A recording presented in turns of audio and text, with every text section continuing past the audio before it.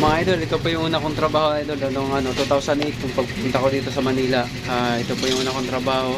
Sumasahod po ako ng 5K sa isang buwan.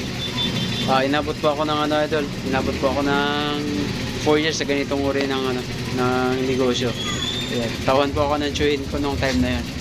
Kaso nga lang idol, wala po akong naipon nung mga time na yun, kaya umalis ako, naghanap ako ng trabaho na minimum yung sahod. Kaso nga lang, ganun din siya idol kasi wala din ako naipon. So minimum yung sahod ko.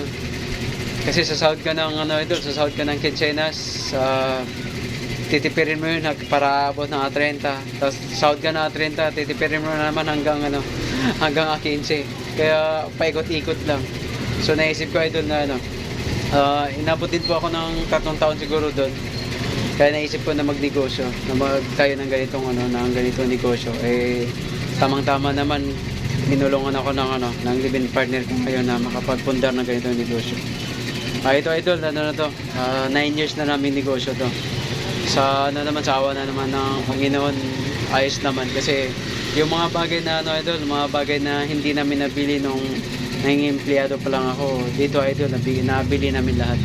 Tsaka nakauwi ako sa probinsya halos taon-taon na kaya naming umuwi kahit na kasi kailangan naman talaga pag uwi tayo ng probinsya, may budget.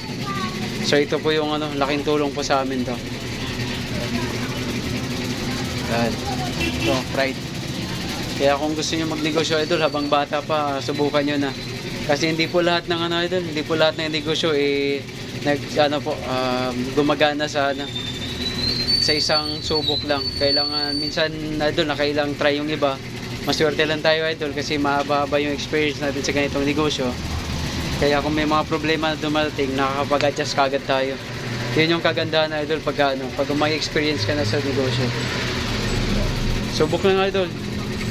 Kasi baka ito din yung negosyo na pwedeng bumago sa buhay nyo. Kasi dito idol, hindi na kailangan ng diploma. Kasi nung nag-a-apply ako ng trabaho idol, grabe, kailangan talaga ng idol. Yung iba-ibang lugar yung napuntahan ko, naabutan ko kasi ang hirap. Kadalasan hindi ako natatanggap kasi nga high school graduate lang. Kadalasan hinahanap nila yung nakapag-college o di kaya college graduate yan. Tapos pag natanggap ka naman sa trabaho, sandamakmak ng requirements, di ba? Ang daming sobrang dami. Pero dito idol, hindi mo na kailangan ng diploma, maraming requirements. Kailangan mo lang dito idol, sipag, tiyaga, tsaka diskarte. Pwedeng mabago yung buhay mo, pwede kang kumita ng malaki. Kaya kung gusto niyo sumubok idol, pwedeng siyang pag-aralan. Ang dami na ngayon makikita sa YouTube na mga diskarte, kung paano ginagawa.